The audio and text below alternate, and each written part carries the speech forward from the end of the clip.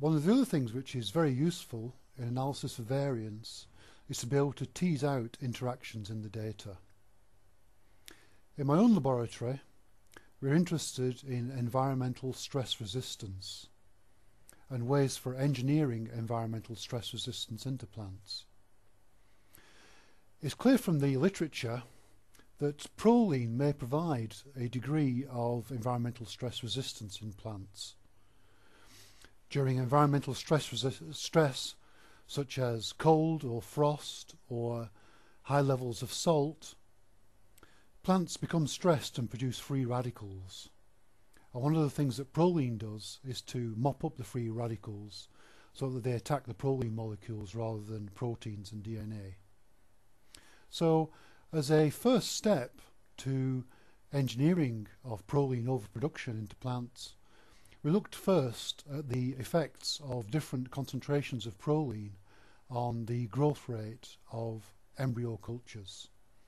So we varied proline from 0 up to 100 millimolar in the culture medium, and we also introduced an environmental stress, which is salt, sodium chloride. So we had 0, 50, 100, 150 and 200 millimolar. And we wanted to find out, does salt affect plant growth? Does proline affect plant growth? And finally, is there an interaction in the media such that proline is able to protect against the effects of salt?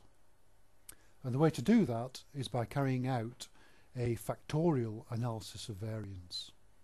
The way that we do that is through data analysis, and ANOVA two-factor with replication, and OK. And we select the data set.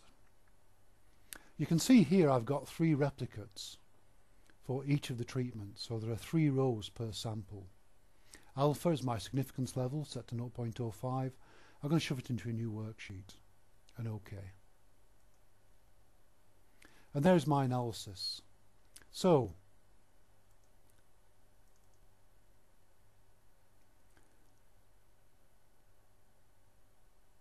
here is the results for 0 salt. So we have a specific growth rate round about 0.03 grams of biomass produced per gram of biomass present per day.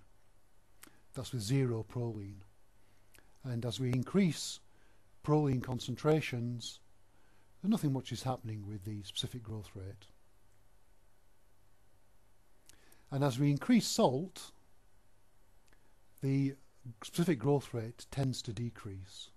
But you can see that with high levels of proline, it's tending to decrease less than it did with 0 proline.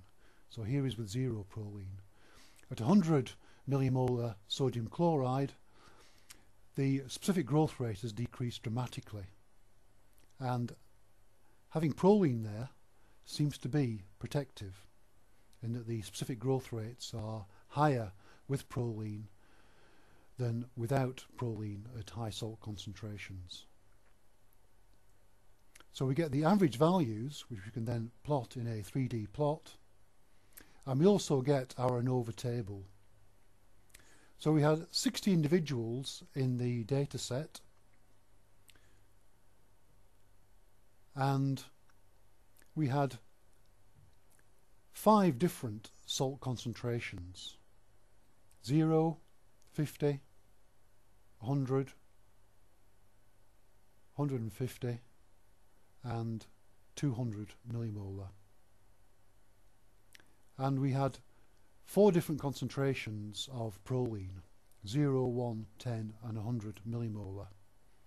So the degrees of freedom associated with these are 1 less than the number of salt concentrations or of, I'll just shove this in here, so this here is salt, this here is proline, this is the interaction,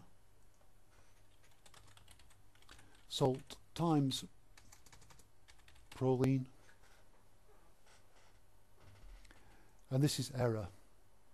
And again, error is anything that's left. So we had 59 degrees of freedom to start with, So we had 60 individuals in the assay. -1 gives us 59 degrees of freedom. 5 concentrations of salt, so 4 degrees of freedom here. 4 different concentrations of proline, which is 3 here. The interaction, degrees of freedom, is always the product of the two things that are making up the interaction. So it's 4 degrees of freedom associated with salt times 3 degrees of freedom associated with proline gives us 12 degrees of freedom associated with the interaction. And you can see that if you have quite complex analyses, you can very quickly build up to very high levels of degrees of freedom associated with interactions in particular. All these are going to rob degrees of freedom from the error degrees of freedom and tend to increase the error variance. So here is the error variance, the variance associated with salt, proline, interaction, and there's the error variance. And this is F, the variance ratio. So the salt effect was almost 2,000 times as big as random error. The proline effect over 1,600 times as big as random error.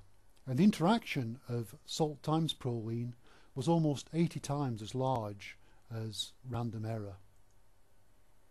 And this leads us to very large probability values. So this interaction is important. So with 0 salt in the media, there was basically no effect of proline.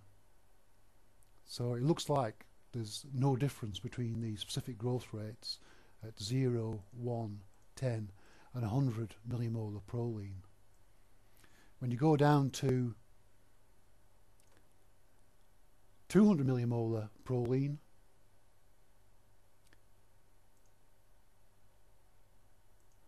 we get a very low specific growth rate, so basically no growth with high salt concentrations without proline.